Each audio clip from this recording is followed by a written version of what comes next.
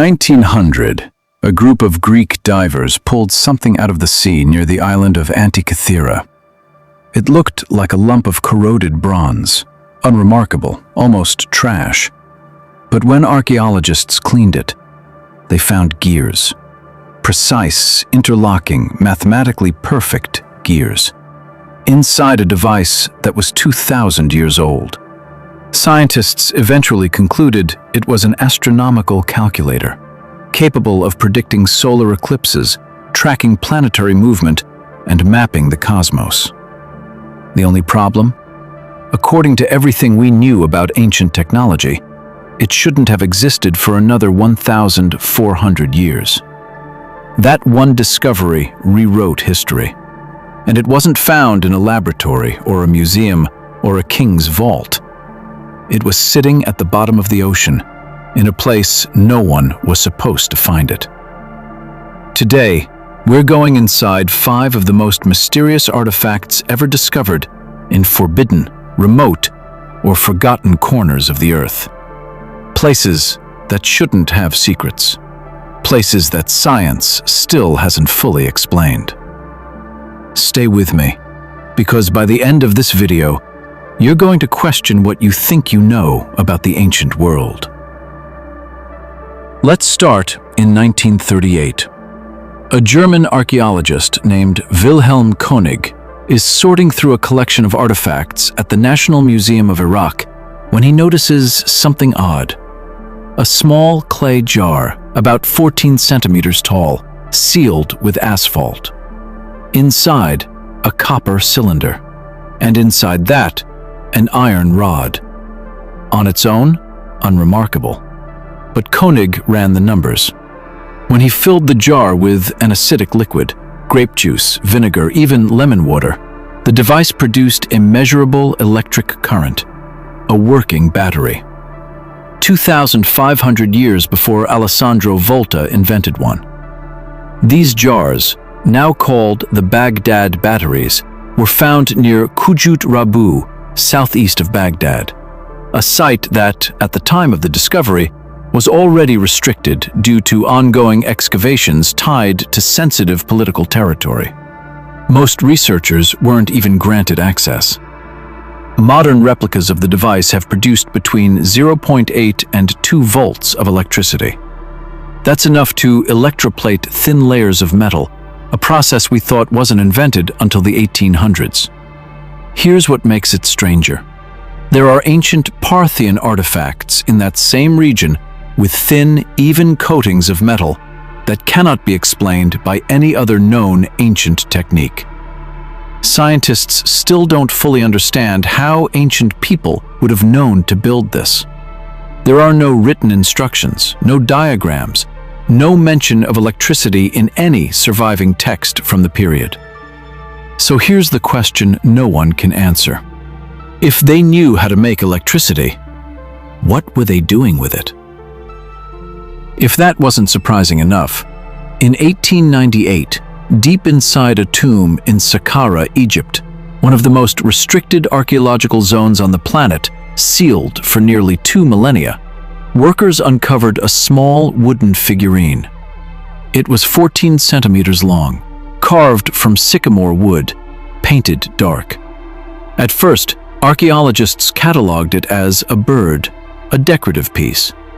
It sat in the Cairo Museum for nearly 70 years before anyone looked at it properly. Then, in 1969, Dr. Khalil Messiha, an Egyptian physician and amateur archaeologist, picked it up and noticed something that everyone else had missed. It had no legs. Real bird carvings in ancient Egypt always had legs.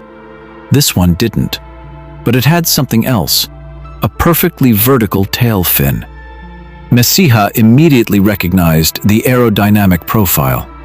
This wasn't a bird. It was a glider. He built a scale model using the exact proportions of the original. When tested in controlled conditions, it generated measurable lift. Aviation experts who later examined the original noted the wings were shaped in a way that closely mirrors modern aircraft design, with camber, dihedral angle, and a stabilizer that would keep it in flight. Egypt in 200 BCE had no written theory of aerodynamics, no evidence of flight. But this object, locked in a sealed burial chamber for 2,000 years, behaves like a working model aircraft. Some researchers believe it may have been a proof of concept, a scaled model for a larger machine that was never built, or one that has never been found. The tomb it came from? Still only partially excavated. What else is down there? But it gets even stranger. In 1938, a Chinese archaeologist named Chi Pu Te led an expedition into the Bayan Karaula mountain range on the China-Tibet border, a region so remote and politically sensitive that even today independent researchers are denied access. Deep inside a network of caves, his team found something that stopped them cold. 716 stone discs, each one roughly 30 centimeters in diameter and 9 millimeters thick, each carved with a hole in the center and a spiral groove running from the center to the outer edge, like a record. But these weren't records. When later examined under microscopes, the grooves were found to contain microscopic hieroglyphic-like markings, characters so small they required magnification to even see. It took nearly 20 years for researchers to begin decoding them. What they reportedly found was startling. The discs appear to contain a narrative, a story recorded in stone about beings who descended from the sky in craft that crashed in the mountains. Beings who were small, with large heads and fragile bodies. Beings who were afraid of the local people who hunted them. In nearby caves, archaeologists also found skeletal remains, humanoid, but only 4 feet 4 inches tall, with skulls disproportionately large for their bodies. The Chinese government later reportedly classified the research and restricted further excavation of the site. No independent scientist has been granted full access since. Some of the discs were reportedly sent for analysis in the Soviet Union in the 1960s. The results, if they exist, have never been made public. The discs themselves, their current location is disputed. Some are said to be in a museum storage facility in Beijing. Others cannot be accounted for. If they tell a story, who was supposed to find it? Now, let's move to something that doesn't just challenge history. It challenges the entire timeline of human existence. In the mines of Ottosdal, in South Africa's northwest province, miners have been pulling strange objects out of the rock for decades. These are not artifacts from ancient civilizations. They are older than civilization itself. They are the Klerksdorp spheres. Each one is roughly spherical, ranging from 2.5 to 10 centimeters in diameter. Many are a deep metallic blue-gray with a reddish tint. Some have perfectly parallel grooves running around their equators. And they're found embedded in Precambrian pyrophyllite, a geological stratum that formed approximately 2.8 billion years ago, long before complex life existed on Earth.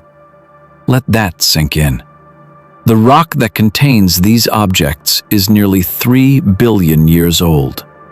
Modern humans have existed for roughly 300,000 years. Geologists have studied the spheres extensively. They are not a natural formation. The grooves, the symmetry, the hardness of the shells are inconsistent with any known natural mineralization process. NASA researchers who examined samples noted that the spheres are so perfectly balanced that they exceeded the manufacturing precision of anything humans were producing industrially at the time. One of the spheres was placed in a case at the mayor's office in Klerksdorp and was reportedly observed to rotate on its own axis continuously without any applied force, possibly responding to the Earth's own magnetic field or gravitational fluctuation. The site where they're found? The mines are active, privately owned, and not open to independent scientific examination. Scientists still don't fully understand what they are, who made them, or how they came to be embedded in rock that predates humanity by 2.8 billion years. The leading mainstream explanation is that they are natural concretions, mineral formations shaped by geological processes. But no geologist has been able to replicate the grooves. So here's the question. If no human made them, what did? We started with the Antikythera mechanism. Now let's finish with it. Because the further scientists dig into it, the more impossible it becomes. The device was recovered in 1900 from a Roman-era shipwreck off the Greek island of Antikythera, a site so dangerous and unstable that it wasn't fully excavated until 2016, over a century later. Even now, restrictions limit what can be retrieved from the wreck. For decades, it sat in Athens, misunderstood, underestimated. Then, in 2006, researchers used high-resolution X-ray tomography to see inside without cutting it open. What they found inside that corroded bronze lump was extraordinary. 37 bronze gears, precisely cut, precisely fitted, operating on a differential gear mechanism, a system so complex that the same principle wasn't independently invented in the West until the 16th century. The device could predict solar and lunar eclipses 18 years in advance. It tracked the positions of all 5 planets known to the ancients. It modeled the irregular orbit of the moon with mathematical accuracy. It displayed the Metonic cycle, the Saros cycle, and the Kallipic cycle simultaneously. In 2021, researchers at University College London created a complete computer model of the front face. What they found was an astronomical display of breathtaking complexity. A planetarium, essentially, shrunk into a bronze box the size of a shoebox. The engineering required to build this device exceeds what any surviving ancient text tells us the Greeks were capable of. No other mechanism of comparable complexity has been found anywhere in the world from the next 1,000 years of human history. It was a technological singularity in the ancient world. And here's what keeps historians awake at night. It was lost at sea. It survived. We found it. How many others didn't survive? How many were melted down for their bronze, buried in collapsed ruins, or swallowed by the sea, taking their secrets with them? The Antikythera mechanism isn't just an ancient computer. It's a window, cracked open just slightly, into a world of knowledge that we lost. And we don't even know how much we lost. 5 artifacts. 5 places we were never supposed to find them. 5 questions science still can't fully answer. A battery that produced electricity before we knew what electricity was. A glider sealed in a tomb 2,000 years before the Wright brothers. Stone discs in a forbidden mountain range, carrying a story no one will let us read. Spheres in rock 3 billion years old, perfectly grooved, harder than steel. And a mechanical computer so precise it remained unmatched for over a millennium. What does this tell us?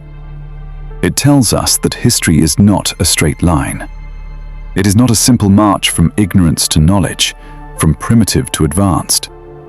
History is full of peaks and valleys, civilizations that rose to breathtaking heights and then fell. Knowledge that was discovered, mastered, and then lost. The ancient world was not a world of simple people. It was a world of brilliant minds, working with resources we still don't fully understand. And what frightens scientists, what should fascinate all of us, is not the existence of these objects. It's the silence around them. No manuals, no workshops, no schools that taught this.